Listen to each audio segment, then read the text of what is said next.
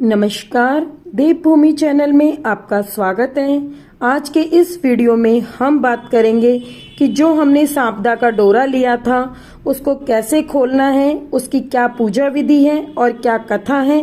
साथ ही साथ सापदा माता का उज्जमन कैसे किया जाता है इसके बारे में भी हम बात करेंगे। तो सबसे पहले बात करते हैं सापदा के डोरे की। सापदा का डोरा जो हमने होलिका दहन के अगले दिन मतलब छारंडी के दिन जो सापदा का डोरा लिया था उसको अब हमें खोलना है। तो खोलने के लिए जब हमने पहले डोरा लिया था उस डोरे को और उसके साथ कहानी सुनने के बाद हमने जो दाने रख दिए थे उठा के, उन्हें हमें पूजा में जरूर लेना है। वही डोरा होगा और वही दाने होंगे और साथ में इस बार नए दाने भी होंगे। बैसाख के महीने में अच्छा सा वार देखकर सापदा का डोरा खोला जाता है। आइए अब बात करते हैं सापदा माता के पूजा विधि की। पूजा करने के लिए आप एक पाटा लेंगे, पाटे के ऊपर जल का लोटा रखेंगे, रोली चावल लेंगे और साथ में जो पहले आपने दाने उठा के रख दिए थे वह दाने लेंगे और साथ में और अब नए दाने भी आपको लेने हैं जौ के। इसके अलावा आप अपना सापदा का डोरा भी रख लेंगे।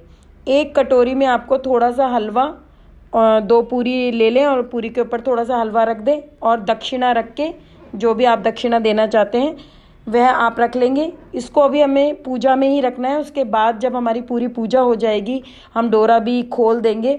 उसके बाद बायना निकालेंगे। इसको फिर बायने को हम अपनी सास को, नंद को या जेठानी को दे सकते हैं और कोई भी अगर आपके पास नहीं है तो आप मंदिर में जाके पंतानी जी को दे सकते हैं। लोटे के ऊपर आपको सतिया बनाना है, सतिया यानी स्वास्तिक बनाना है, टीका लगाना है, स्वयं को भी टीका लगाना है और फिर कहानी सुननी है।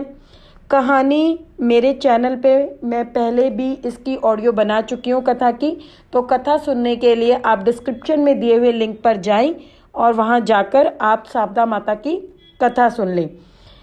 इसके बाद जो आपने पाटे पे पुराने जौ के दाने रखे हैं और जो अब नए जौ के दाने रखे हैं वह, और साथ में सापदा का डोरा लेके लोटे के जल से आपको सूरज भगवान को अर्घ देना है।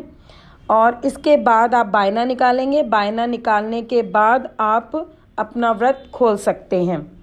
पूरी तरह से पूजा करने के बाद, बायना निकालने के बाद जो सापदा का डोरा है उसे या तो पीपल में हम चढ़ा देंगे, लेकिन अगर हम इतवार को सापदा का डोरा खोल रहे हैं तो हम पीपल में नहीं चढ़ा सकते। तो ऐसे में हम या तो बड़ के पेड़ के नीचे उसको दबा देंगे या घर का जो हमारा गमला होता है उस गमले की थोड़ी सी मिट्टी को खोद के उसमें हम सापदे के डोरे को दबा देंगे। अब बात करते हैं हम सापदा माता के उज्जमन की। सापदा माता का उज्जमन आप कुछ साल के बाद कर सकते हैं। जब आपकी इच्छा हो तब आप सापदा माता का उज्जमन कर सकते हैं। परंतु एक बात का विशेष ध्यान रखें कि अगर आपने सापदा माता का डोरा नहीं लिया है तो आप उज्जमन नहीं कर सकते हैं। अगर आप पूजा करते आ रहे हैं उसके बाद आप उज्जमन कर रहे हैं तो ठीक है, लेकिन अगर आप सिर्फ उज्जमन करना चाहते हैं तो पहले आपको सापदा माता का डोरा लेना होगा। तो वो होलिका दहन के अगले दिन छारंडी पे आप सापदा माता का डोरा ले लें और फिर बैसाख में जब उस डोरे को खोलें तब आप उज्जमन कर सकते हैं, लेकिन बिना डोरा लिए आप उज्जमन नहीं कर सकते।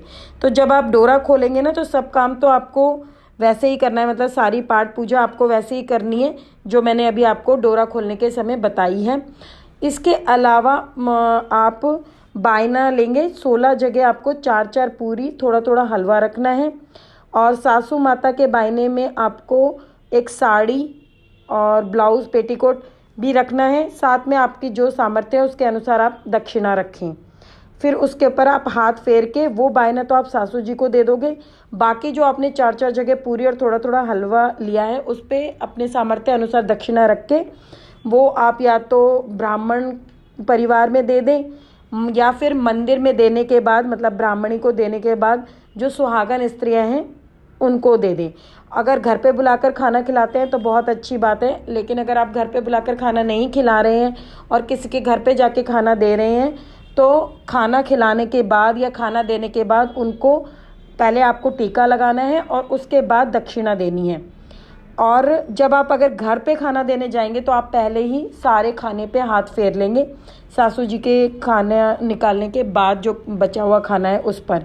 और ये सारा काम आपको अपना ओढ़ना ओढ़ के करना है, मतलब कि या तो जो चुनरी होती है उसको लेना है या पीलिया ओढ़ के और नथ पहन के, और मेहंदी भी आपके हाथ में लगी होनी चाहिए।